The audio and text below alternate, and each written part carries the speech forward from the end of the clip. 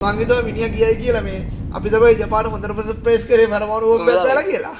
යුක්‍රේනයේ ජනාධිපති සෙලන්ස්කිගෙන් මිනිහා වගේ ඉන්නලා ඌ එතන චොර කරා.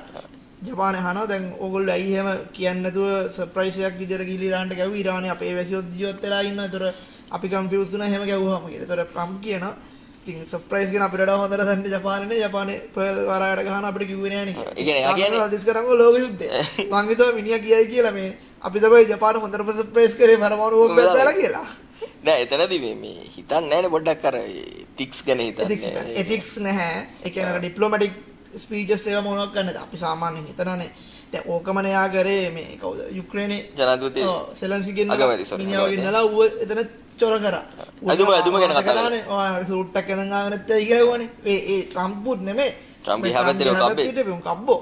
ඒ කියන්නේ වෙන රටවල් වල ජනාධිපතිලා කියන එක ට්‍රම්ප්ට නෙමෙයි ට්‍රම්ප්ගේ වටේ ඉන්න උන්ට ලොකු නෑ. ඒ කියන්නේ අර එනම අරගන් ගෑන් එකක් තමයි ඇමරිකාව දැන් පාලනය කරන්නේ.